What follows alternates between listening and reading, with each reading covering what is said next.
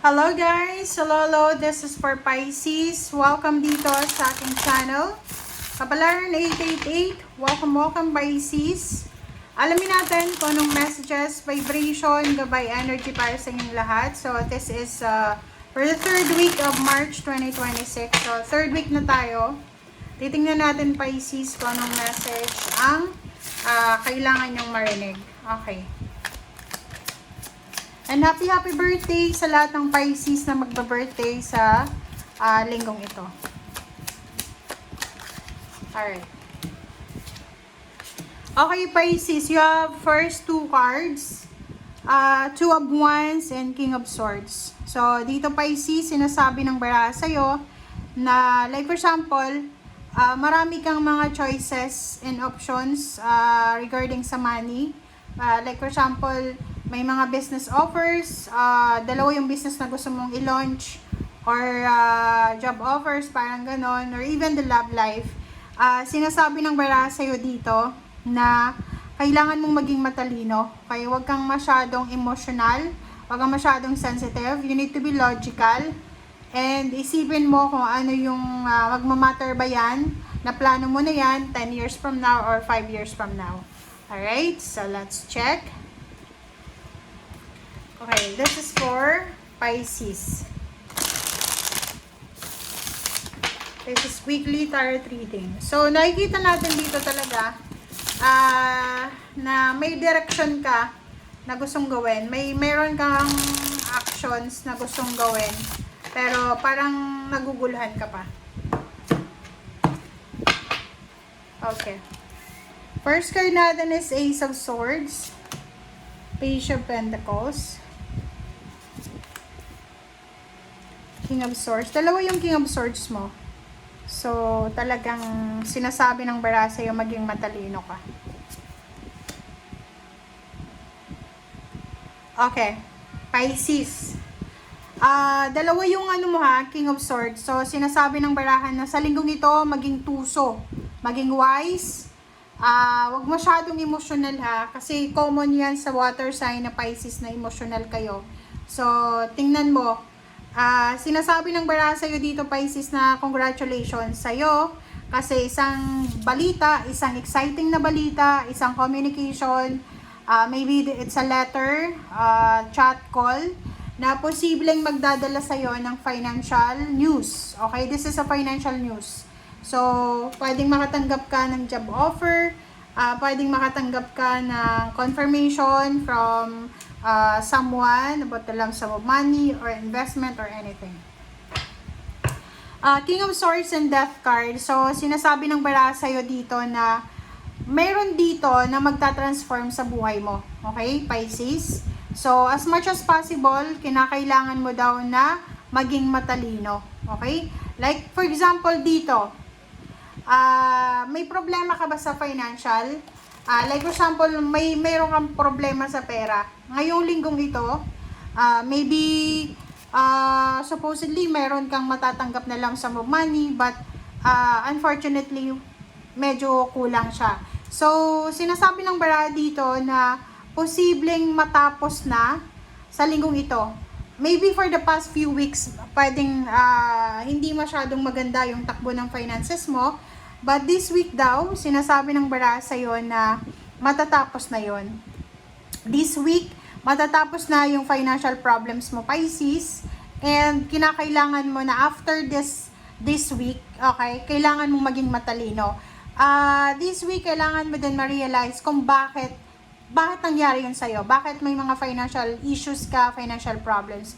Maybe because napabayaan mo yung pagmamanage ng pera, yung labas ka lang ng labas ng pera, hindi mo siya minamanage ng maayos.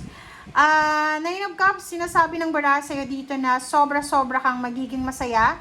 By the end of the week, it's because, yun na nga, tapos na yung mga financial issues mo, tapos na yung financial burdens, tapos na yung mga kailangan mong bayaran or anything. Okay, so let's check. Let's clarify.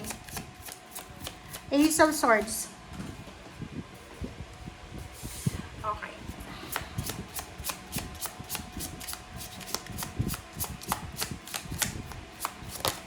Ace of Swords, Knight of Pentacles. Wow! So, this is a confirmation. This is a confirmation na makakatanggap ka ng balita. So, there's a payments, there's a payouts, bonuses. There's a lump sum of money coming. Tapos na yung mga financial issues mo, financial scarcity. Tapos na yung mga pwedeng this week ay pipirma ka ng kontrata. There's a renewal of contract, there's a new contract, there's a lump sum of money coming, parang ganun. Okay, partnership, collaboration. Page of Pentacles.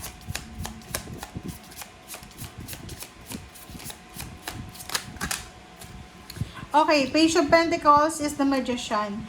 So, yung Page of Pentacles and Magician, sinasabi ng bara sa'yo dito na ang daming sources ng finances mo. So, maraming unexpected na blessing, unexpected na windfall of money ang paparating sa'yo. Another is financial help. So, like for example, mananalo ka sa lotto or pwedeng mananalo ka sa mga contest na may involved na pera. Second is posibleng may tutulong sa'yo. Like may mag-share sa'yo ng finances, inheritance, or parang that's appreciation for you, for your hard work. Sinasabi ng bara sa'yo dito din na there's a news coming, there's incoming news na posibleng darating sa'yo about the Six of Pentacles. This is a Libra energy, Libra Earth Signs energy na sinasabi ng barahan na posibleng magkakaroon ng balanse. So, like for example, marami kang pera na darating sa'yo ngayon sa bank account mo or sa cash. Marami kang pera na mahahawakan sa linggong ito. And at the same time, may mga tao din dito na they will ask for your support, financial support. So, just balance lang siya. Give and take energy ng finances. Wow! Okay. And the last message natin is Nine of Cups. Nine of Cups is King of Cups. So, sinasabi ng bara sa'yo na hindi lang finances yung magiging stable and secured, balance sa linggong ito, kundi emotion. Kumbaga manageable yung finances mo. Okay. So, eto naman na Ten of Pentacles is all about the King of Swords. So, sinasabi ng King of Swords sa'yo na lump sum of money, payments, payouts, victory and success, ang direksyon na itinuturo sa'yo ng universe. So, maraming incoming, nakakakilabot siya, Pisces. Okay? Pwedeng yung iba, tataas ang kilay nyo, but kung makikita nyo naman dito, di ba, parang sinasabi ng baraha, saan manggagaling yung pera? Manggagaling siya by magic, unexpected, kung sino yung magbigay sa'yo, or mananalo ka, so kung ano pa man, or pwedeng makapulot ka ng pera, ganyan, ganito. Second is tulong. Pwedeng may tumulong sa'yo, inheritance, or pwedeng may may tumulong sa'yo, tapos may hihingi ng tulong. Ganun lang yun. And this one, the Six of Wands, this is victory and success. Possible na may promotion, may salary increase, possible na may magbebenta ng bahay, may bibili ng bahay, bibili ng sasakyan, ganyan, ganito. Okay? And Eight of Cups, so sinasabi ng bara sa'yo dito na travel. Pwedeng magta-travel ka, pwedeng may relocation, it's either new residence, new place of work, new mindset, new set of goals. Ang daming new. Okay? And sinasabi ng bara sa'yo dito, makinig ka sa sinasabi ng iyong intuition, Pisces, para hindi ka masaktan sa bandang huli. Kaya nga, ang sabi sa'yo ng baraha, since marami kang pera na matatanggap, since maraming pera na darating sa'yo, marami kang pera na mahahawakan, kailangan mong maging logical, maging matalino, wag maging emosyonal, okay? Oh, 'di ba? Eight of Swords and Three of Swords. Kasi pag ginamit mo daw yung puso mo, possible na masaktan ka. So, as much as possible, once na may hawak ka na ng King of Pentacles ngayong linggong ito, kailangan balance daw. Kailangan ng iset mo yung mood mo sa pagiging kuripot. Okay. Okay? So, yun. And overall, sinasabi ng bara sa'yo dito, Pisces, na nakafocus ang linggong ito sa iyong emotion and then sa iyong pera. But, pinaka-importante dito is maging matalino ka. Maging matalino ka sa paghawak ng relationship, and paghawak ng pera. Okay? Thank you guys. Bye!